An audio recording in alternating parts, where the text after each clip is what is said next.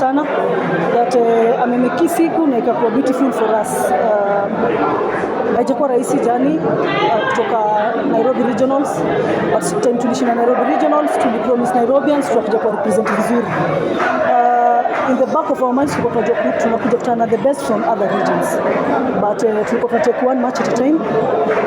We play one match, tunaibari, tunafikiria the next match we play tubari mpaka tukafika hapa hivi. Tunashukuru that leo tumeweza kushinda. Of course in 2022 tulicheza tukafika finali, tukaweza kushinda na Iboli. Baya mapema hata siwezi sahau, walifunga bao dakika 60 na wakaizuia mpaka game ikaisha. Iko rahisi kwetu na ni pole tu, sababu sisi mimi as a coach personally na believe in development. So sometimes we win but we are still developing. Sometimes we lose and we are still on development. So we lose, we learn, we pick our lessons. Tunaenda tukitengeneza iko better.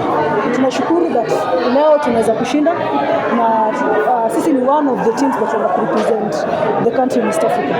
We also hope to give the country all the best, just as we've given Nairobi the best. Sina much expectations.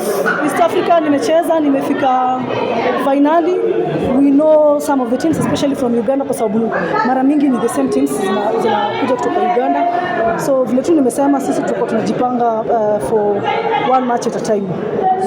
Maybe naweza sema tu unfortunately sitaweza kwa East Africa myself, but ndio maana nili bring in an assistant coach, Coach Ochola, na amekuwa instrumental pia kwa team na kwa winning team, so ata take team to the next level as I take my team to South Africa. Alafu coach, licha ya kwamba mlipunguza hadi wachezaji 10, wachezaji wako bado walikuwa wanajituma, walikuwa na pini msimu wao na washambulia.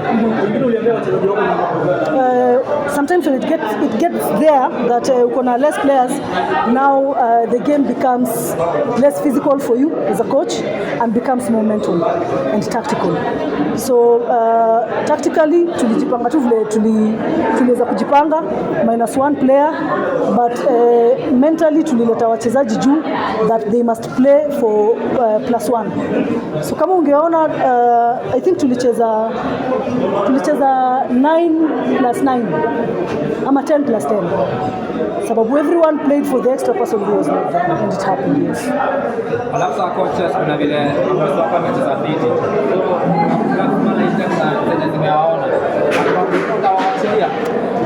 First of all, I do not have players that I call mine. Niko na scouting system yangu na mimi nimekuwa youth coach. So players wangu na wameko wanaenda. Most of my players wako already kwa Premier League ama target ya Premier League ama NSL teams. I can only hope for the best, that they will get hizo teams waweze kumove, and mimi keep on building. Wengine wa come up wapate teams mzuri Kenya na nje ikiwezekana, kwa